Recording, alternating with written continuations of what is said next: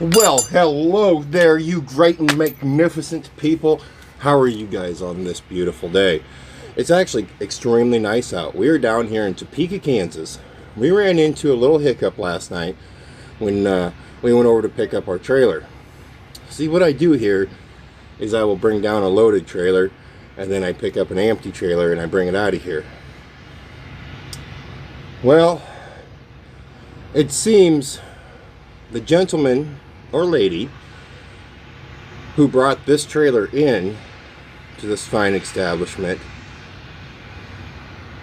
must not have known how to cage a brake can, is what I'm assuming. I'm saying positive, maybe they just didn't know how, and that is why I'm doing it right now instead of them doing it, because they knew it was bad.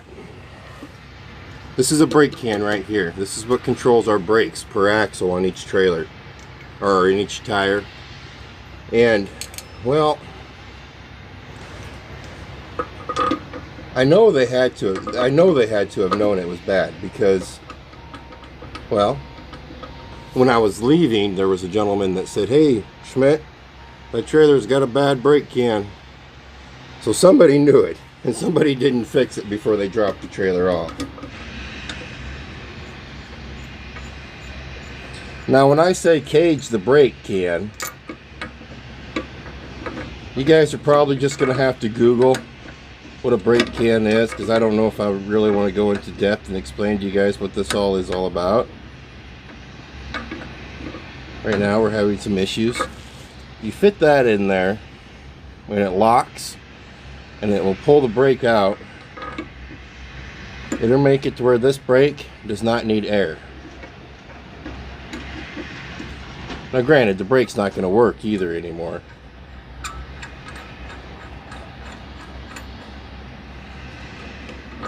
Now dang it, I thought I had it there. What in the world?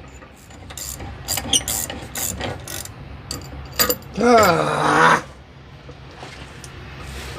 How is it coming out, guys? What am I doing wrong here? I've only done this probably a dozen times.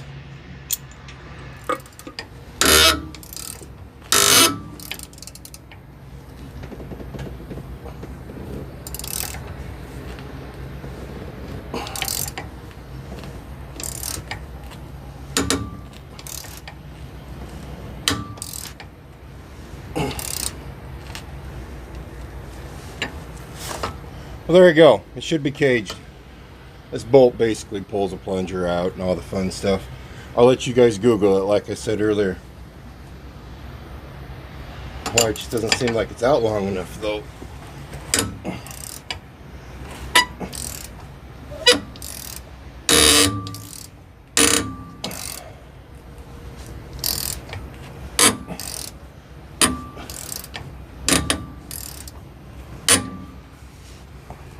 I don't want to break it.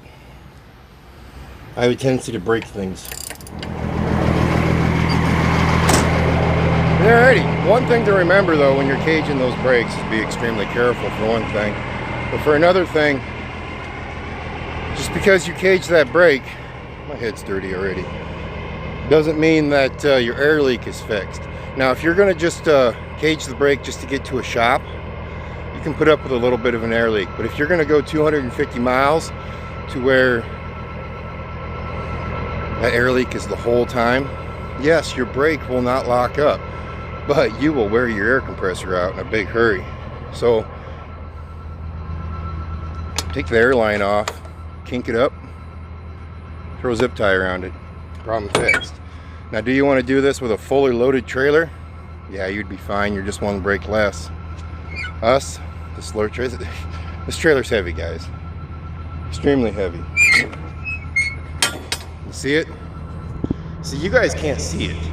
This trailer is plumb completely full of sailboat fuel. I mean, it's full.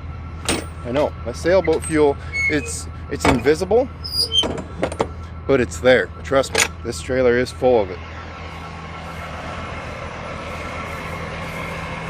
Alrighty, let's get ourselves cleaned up, change shirts, and get some trucking in. That sound okay to you guys? That sounds great to me. Why do I always say that? That sounds okay to you guys? I'm a dorkfish.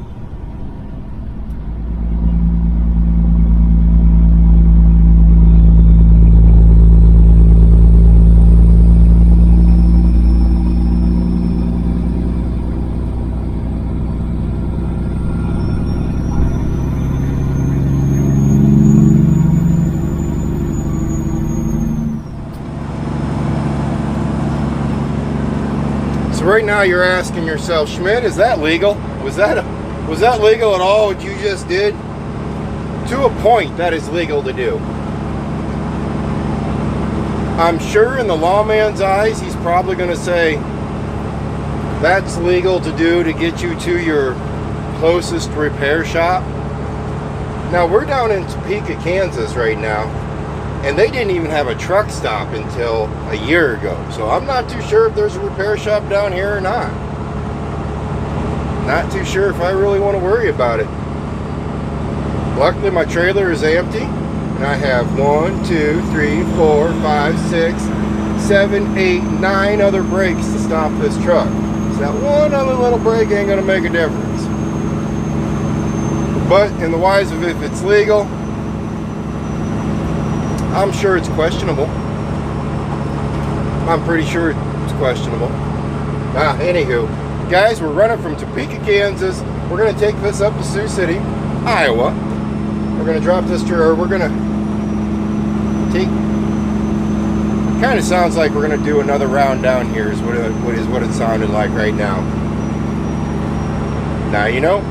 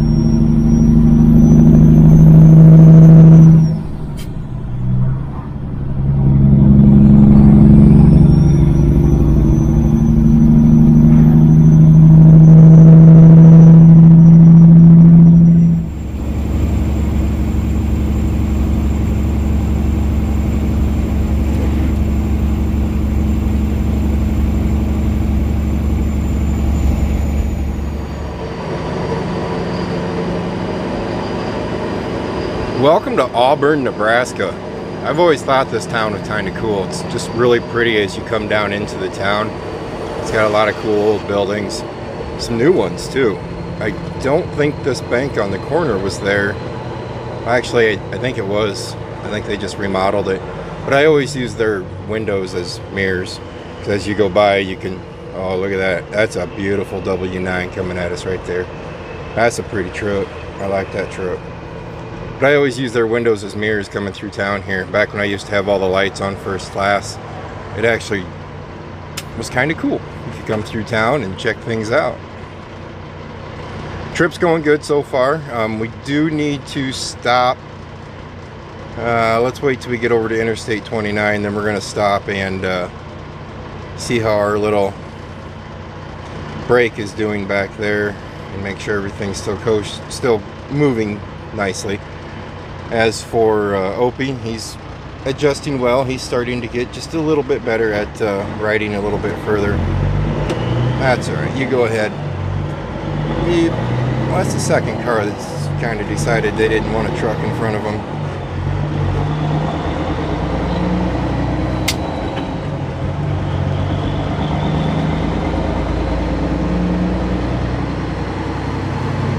Those cars weren't right there, that we'd probably stop there. That way we could get out and go look at the tank. And I think there's something else here too other than just that tank.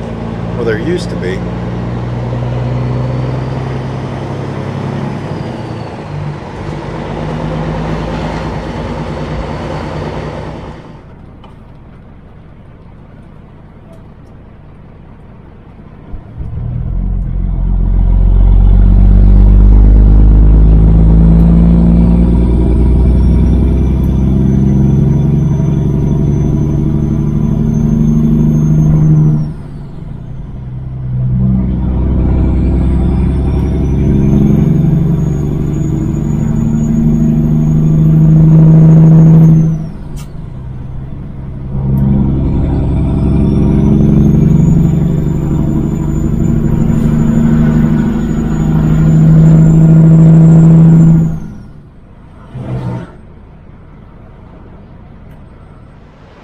Alrighty, it seems we've actually found us some road work. This road work's been going on ever since the flood back in 2019. But they're getting this road straightened up. They're getting this road in pretty good shape. Right now we're in between Nebraska City and, well, it'd be exit 10 off of Interstate 29. We call it Percival, but it's not the Percival exit. Oh, we're rolling. I'll be back with you in a little bit.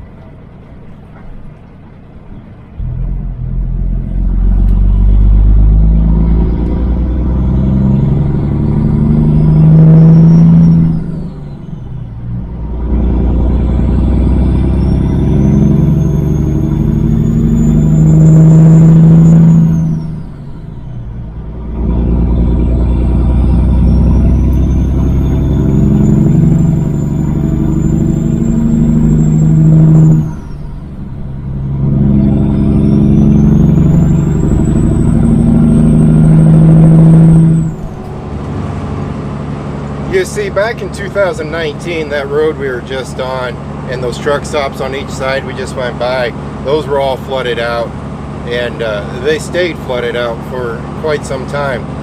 Now that new road that they're building, they put in 2 land bridges to basically make it to where hopefully they can keep it open a little longer.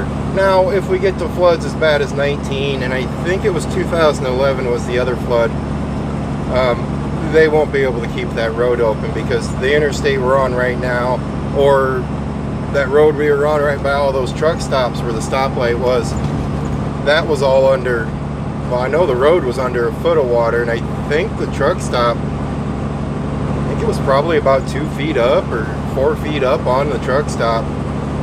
The 2019 floods, they ended up, they didn't have time. Yeah, they didn't have time to sandbag everything, so I think all of those businesses, except for that one truck stop on the south side of the highway, ended up having to rebuild the internal components. I think the outside building, the shell of it, actually stayed put. But back in 2011, that flood we knew was going to happen, so they actually built berms all the way around each one of the businesses. I think they were able to save them. Water, it's a tricky thing. Well, we have probably about another 20 miles till we're going to find a rest area. We're going to pull in there, we're going to check the breakout. We're going to let the little German run around a little bit. He's adjusting well. There yesterday, he was probably about every 50 miles he wanted to stop and go to the bathroom, but he's stretching out a little bit further. I think he's making his normal 150 miles now, and it kind of helps on these short stretches too.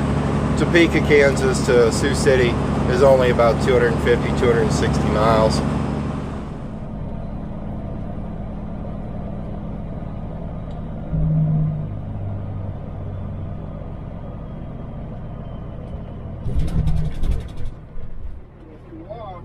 Yes, a bigger baby, aren't you? Yes, you are. Yes, you are. Yeah.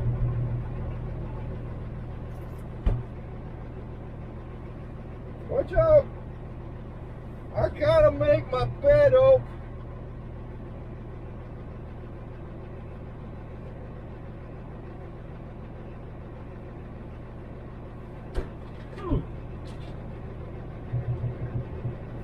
What? What? I need to make your bed too. But I need you to move. Move. There you go.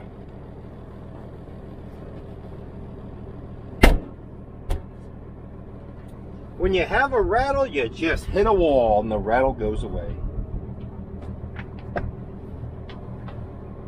Look at all this hair. Oh my goodness, Opie. Dude, I wasn't done making your bed yet. I guess we'll call it good then. This truck is a disaster, Opie. And we've only been in it for one day. We gotta clean stuff up.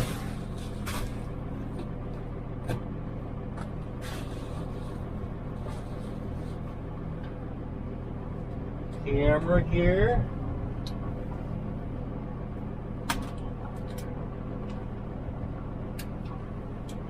Camera gear. Tripod. Cool thing we haven't used yet.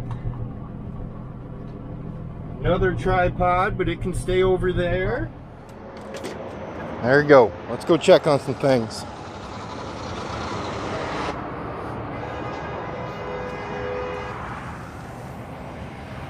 Alrighty, our cage is holding.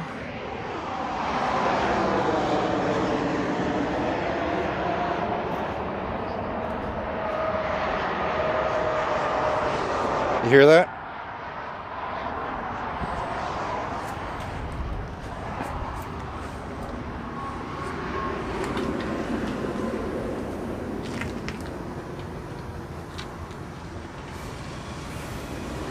Are you serious?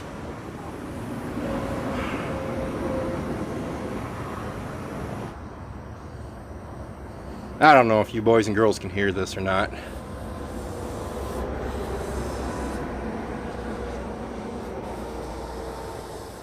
We've blown out airbag. Hear that?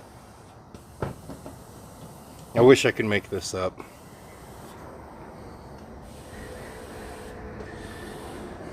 German? German. Opie. Opie, come here. Come here. I need a hug. You give me a hug? No, not that way. I need a hug. I'm too depressed to hug you. Come here, give me a hug. Give me a hug. Oh, yeah, there we go. That's all I'm asking for. See, this is all I wanted. This is all I wanted. You're just a big cutie pie. Oh, yes, you are. Yes. Well, it turns out we have another air leak. So we had a brake can go bad, not on us, somebody else. Now we have an airbag that has a leak in it. It didn't blow out, it's more of a hole. The truck sat for 2 months. Those airbags, they lift you up. And when it sat for 2 months, they sat down, squished, and right in the crease, it developed a air leak.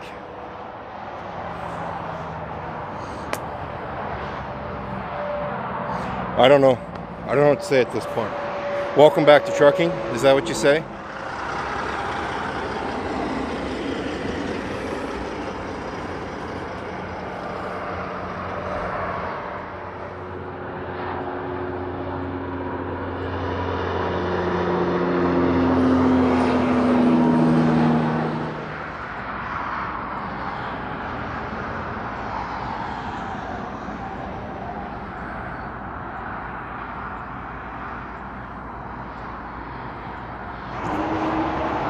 What can we do about fixing that airbag right now?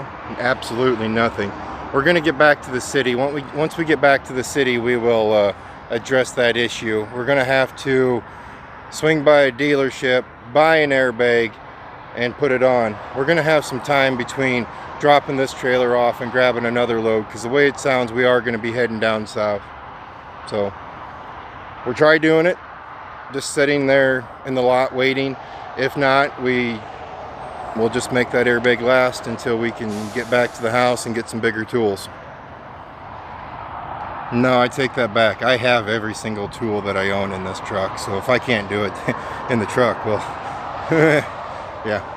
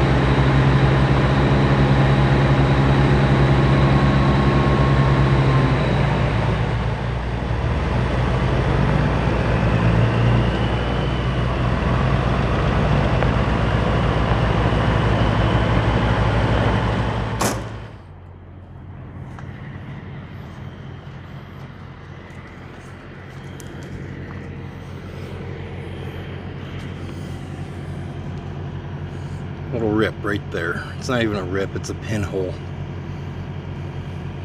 There you are. There it is. Our first official round.